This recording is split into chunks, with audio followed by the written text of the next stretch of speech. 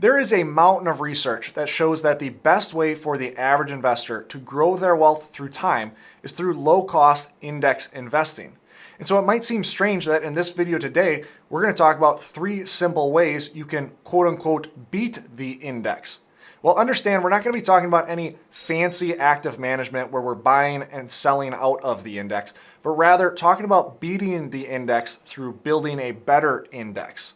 Let me show you what I mean. Now, before going into talking about developing a better investment strategy, it's important to talk about what we are referring to when we talk about an index. What index are we quote unquote trying to beat? There's a number of different indexes you can be investing in. You could invest in the global stock market index. You could be using a total stock market index here in the US, or using something like the S&P 500. Now, within this video, I'm going to be using the S&P 500 as that index we are trying to quote-unquote beat. The S&P 500 holding is one that I see in a large amount of retirees' portfolios, and it makes sense why. It's hard to go wrong investing in the 500 largest companies inside of the US. But again, I want to show in this video with some small adjustments, we should be able to beat this over time. Now, with any video related to investing performance, it's important to note a disclaimer here. This video is just for illustrative purposes only. It's not a recommendation for your situation. There are no guarantees that the ideas in this video will quote unquote beat the index going forward in the future. That being said, they are rooted in historical data as well as, in my opinion, common sense investment theory. The first way for improving your retirement investing strategy is what I will call equal weighting value as well as growth. So for those that don't know, the S&P 500 is a market cap weighted index that holds the 500 largest companies here within the US. Now, market cap weight means that the bigger the company, the higher weight it will have within the index. And so on the left-hand side of the screen, you can see the top 10 holdings in the S&P 500 as of 2022 have over a 20% weight inside of the S&P 500. Now, this index is what we would call a blended index. It means that it holds both value companies as well as growth-based companies. But understand that how much you hold within value and growth is set by that market cap weighted scheme. And so historically what we've seen happen is going into something like the tech bubble, where tech has grown. Tech is generally a growth-oriented investment. See that the S&P 500 would be overweight tech. Then as the tech bubble bursts and tech falls 70%, we would see at the bottom of the tech bubble, it would be more underweight tech and be more overweight things like value. So understand with these adjustments, you're essentially buying high and selling low in a way. Now this might work through some phases, but overall we want to have a little bit more of a balance. We want to be intentional in our weighting between value and growth. For instance, let's look at this via historical data.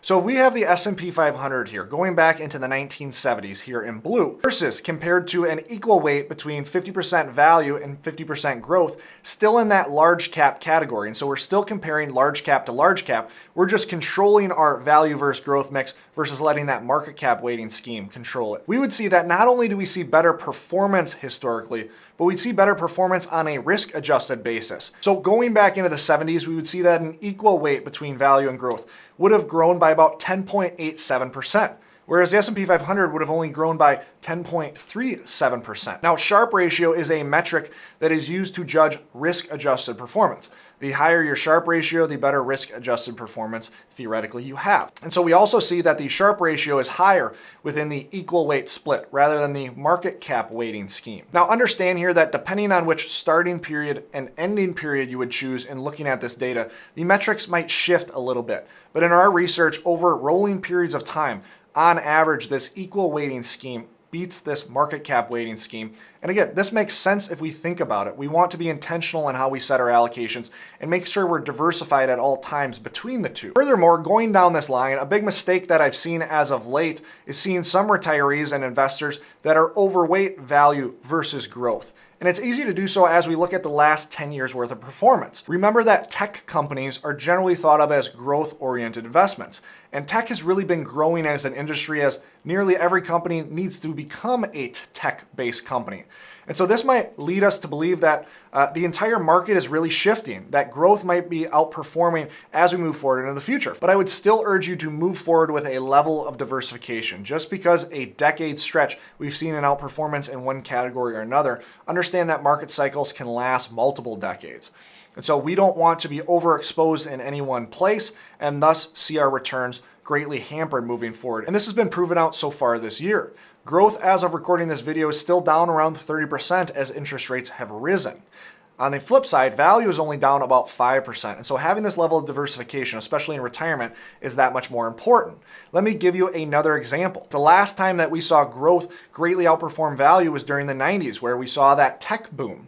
But then if you were an investor that retired in 2000 and you were an all growth investor versus an equal weight 50-50 investor between value and growth, we would see that taking 4% per year, following this 4% rule, you would have ran out of money being a growth investor within 18 years versus being equal weight value and growth through this 2000 to 2010 stretch, which was a tough stretch in the market. You would still have about half of the assets you started with. Now, strategy number 2 is taking a more total stock market approach to your investing strategy.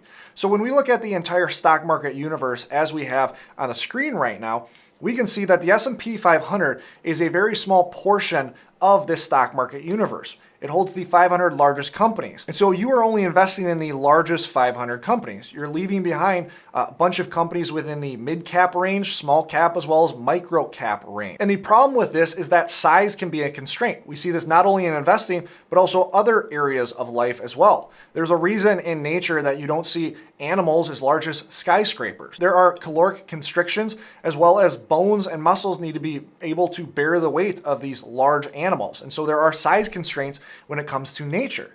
The same thing happens as well in investing. We can see this historically. For instance, on the screen, I have 2 charts showing why size can be a constraint. The first chart is from Dimensional Funds, and it shows the average annualized outperformance of companies before and after they become the 10 largest in the US. And so we see before joining the 10 largest companies, we see that there is incredible growth to be had from some of these companies.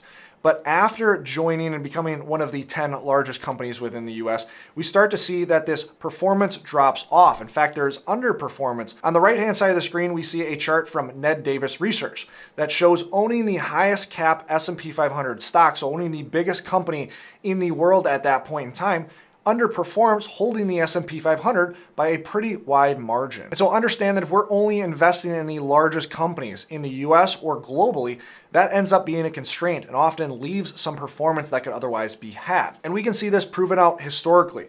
So if we once again look back into the 70s, we see that the S&P 500 has returned 10.37% on an annual basis with a Sharpe ratio of 0.43. If we compare this to an index of small and mid-cap stocks, we see that small and mid-cap have outperformed the S&P 500 by well over 1% per year going back into the 70s at 11.65% as an annual rate of return, with once again a Sharpe ratio that's higher, so a better risk-adjusted return than we see in the S&P 500. And so this makes sense. There is a percentage of those mid-cap as well as small-cap companies that will continue to grow and thus become one of those large-cap companies. We want exposure to this. Now understand that small and mid cap generally has a little bit more volatility. I'm not saying that you should only invest in small and mid cap, but adding this as a diversifier to our large cap portfolio is expected to generate outperformance on a risk adjusted basis. Finally, the last way to beat the index is beat the index in an after tax way. And you can do this with a concept called asset location and yield splitting. Now, I've recorded a few videos in the past talking about asset location and this idea of yield splitting. I'll link to that in the description below. But basically, when you're in retirement, you have 3 different accounts that each have a different tax liability. And so if we take the concepts that we've already talked about in this video and we build a better index, this would include owning large cap, mid cap, as well as small cap. We'd also break up each of those subsectors into things like value as well as growth. But when we talk about these 3 different tax buckets, because of the different tax consequences from these buckets, we want to place different investments in each bucket. Well, how would we yield split and then asset locate properly with the concepts we've talked about thus far? Well, when we think about breaking up value as well as growth, we know that value generally has much higher dividends, generally around the 2.5 to 3.5% rate, whereas growth-based companies have much smaller dividends, anywhere from 0.5 to 0.75%. And so understand that we don't want those dividends because they translate to a dividend tax drag within your taxable account. And so we generally want to have a little bit more of a growth-based investment strategy within that taxable account to try to avoid dividend tax drag. We'd then take things like small and mid cap and we'd want to locate those within your Roth accounts. Generally within your tax efficient withdrawal strategy, you're leaving Roth accounts to grow and thus take later in retirement. So we have a longer time horizon on those Roth assets. And so we really want to focus on growth within that Roth account because that growth will be tax-free. And then that leaves the tax-deferred account that is a little bit more of a catch-all account. We generally want to place our higher dividend stocks within this account because we won't have that dividend tax drag on an ongoing basis. Remember that we're only taxed on that account when we then withdraw from that account. Now, we do still want diversification throughout each of these accounts, but we certainly want to tilt in one direction versus another. Now, in the past, when we've run research on yield splitting, we ran it in a more diversified portfolio where we're not only investing in stocks, but we also have safety as part of that portfolio. And understand our yield splitting methodology adjusts a little bit. Nonetheless, our research has shown that yield splitting on the low end has added a 0.25% plus of after-tax performance to your situation. Now, that might not seem like much, but as we're compounding over decades of retirement, as you can see on the screen, this can add up to hundreds of thousands of dollars in added growth to your portfolio. And so there you have it. 3, in my opinion, simple ways to beat the index by building a better index, and not just on a growth basis, but a risk-adjusted growth basis.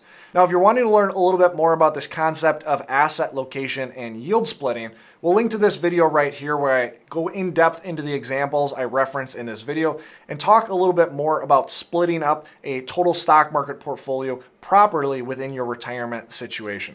Thanks for watching, and always remember, you don't need more money, you need a better plan. We'll see you in the next video.